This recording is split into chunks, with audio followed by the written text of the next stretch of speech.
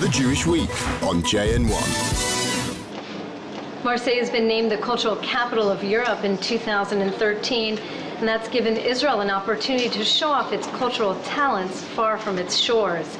Today I'm here at an exhibit called Fragments of Style. As you can see behind me, the unique Bauhaus architecture of Tel Aviv has been remade. We're going to take a look at this extraordinary photography exhibit.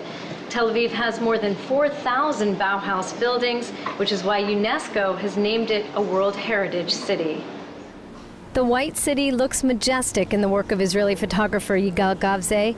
Tel Aviv got its nickname from the abundance of white Bauhaus facades that went up in the 1930s. Gavzeh's shots capture the elegance of the bright curved balconies and right angles so typical of the modernist international style. Here, the architectural movement born in Central Europe is set against the rich blue skies of a Middle Eastern city sitting on the Mediterranean. Gavzeh, an architect who left the field to study photography in Paris, says his 20-year love affair with Tel Aviv's Bauhaus movement began in the 1990s when the city began restoring its architectural treasures. This was quite striking because you can imagine that, when the scaffoldings were taken down, the first white facades stood out against the rest of the gray and sort of dilapidated facades, and it was really a discovery in a way. And immediately it attracted me, and I started an ongoing project. He began by capturing the beauty of the sleek Bauhaus exteriors, a style that rejected ornamentation and adhered to the dictum, form follows function. But then Gavzeh took his artistic eye and lens inside the buildings. Later on, I went a little bit deeper into it, sort of going behind the facades into the stairwells, looking at details of the balustrades. It sort of went on from just the facades against the dark blue skies into more fine detailing and really trying to capture I may say the cultural side behind it, because it is a way, besides the beautiful architecture, it's a way of life. It tells you, as usually good architecture does, tells you a lot about, the way people used to live, about their society, about their values, about their culture. That resulted in stunning close-up shots of entryways, banisters, and windows. The craftsmanship and materials give the viewer an intimate feel of what it might be like to actually walk up the stairs in a Bauhaus building. The contrast between the bright, cold light of the public exteriors and the warm, diffuse light of the intimate spaces is meant, Gavzeh says, to bring a kind of equilibrium to the exhibit. Gavzeh's photography is the centerpiece of a larger exhibit called ID Bauhaus, which will showcase Israeli culture for 1 week.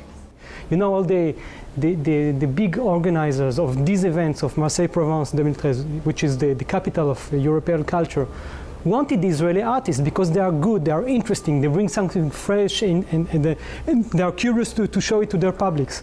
The ID Bauhaus exhibit is sponsored by the Israeli consulate.